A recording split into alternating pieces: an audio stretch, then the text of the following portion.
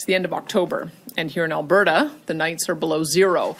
There's snow up on the mountains, and parents are preparing to zip jackets over their kids' Halloween costumes. In just a few weeks, winter will be upon us. And Alberta winters are no joke. In this province, winter means long nights and freezing temperatures for weeks at a time. I'm sure we all remember the polar vortex that swept through our province this past January, when daily highs remained around minus 30 degrees and lows were around minus 40 degrees, with the wind chill dropping temperatures closer to minus 50. Those temperatures are devastatingly and dangerously cold. Home heating is not optional, and in Alberta, that means we rely on natural gas not just to keep us warm, but to keep us safe. Winter is coming again, and that means that Alberta families will again feel the sting of the federal carbon tax as they heat their homes with natural gas.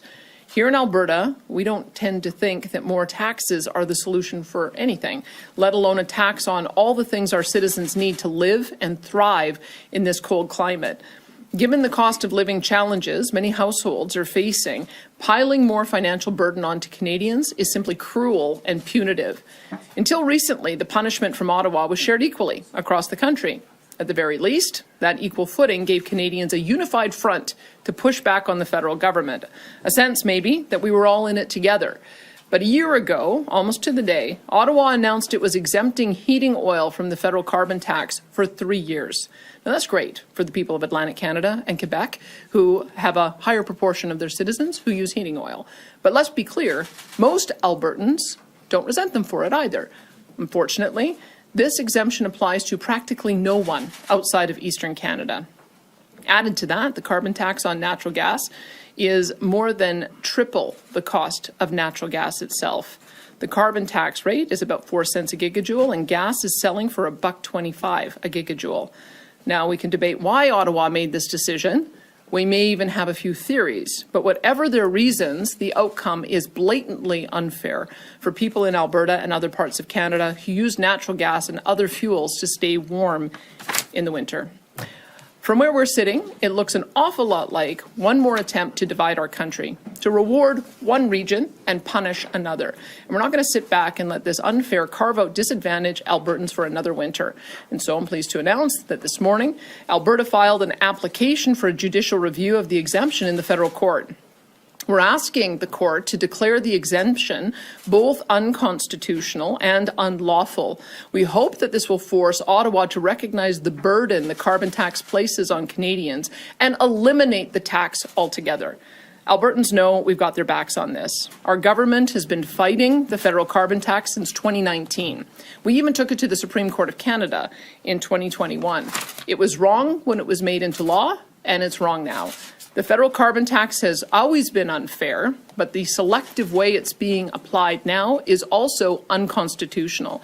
And the impacts on Albertans will only get worse as the costs continue to increase. According to their own communications, the exemption was intended to lower energy bills for people who use heating oil. They're saying, in effect, that some Canadians deserve lower energy bills, but not all. They're also more or less admitting that the federal carbon tax raises costs for households, which confirms what we've been saying about it all along. The carbon tax is driving up the cost of everything. Let's take an example from our education system. Since the carbon tax was first implemented, Alberta school authorities have paid more than $49 million to the federal government without receiving any rebate. By the 2030-2031 school year, we are projecting that they'll pay more than $60 million per year. There's a lot our school authorities could do with that money. They, for instance, could hire 495 teachers with what they'll be sending to Ottawa in 2030. In our healthcare system, we could hire nearly 1,000 nurses by 2030, critical frontline workers, instead of sending that money to Ottawa. Or consider the cost to municipalities. In 2023 alone, the City of Calgary could have hired an additional 112 police officers or firefighters for the amount that they sent to Ottawa for the carbon tax. Or consider the savings in a time when Canadians are coping with levels of inflation that we haven't seen in decades. The carbon tax is adding to inflation. In fact, according to the Bank of Canada, the federal carbon tax increases inflation by 0.15% per year, year over year. But we also know that the impact that taxes have on inflation, because when we paused the collection of our 13-cent per litre provincial fuel tax, we saw inflation slow in our province. We've seen the same thing in Manitoba and Saskatchewan. Imagine the impact on inflation if we removed 3 times that amount in 2030. The carbon tax on fuel will reach 39.6 cents per litre. According to the Canadian Energy Centre, the carbon tax will account for 24% of annual fuel costs. Imagine the savings to Canadians if their bill was a quarter the cost when they filled up.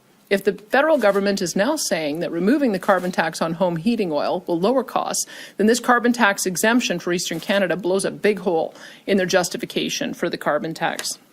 Furthermore, applying it unequally is unconstitutional, and it runs counter to Ottawa's own carbon tax legislation. Our end goal is the same as a growing number of Canadians from across the country: to get rid of the retail carbon tax. If Ottawa won't axe this heartless tax altogether, they can at least play fair when imposing it on Canadians, and that's what we'll be heading back to court to achieve.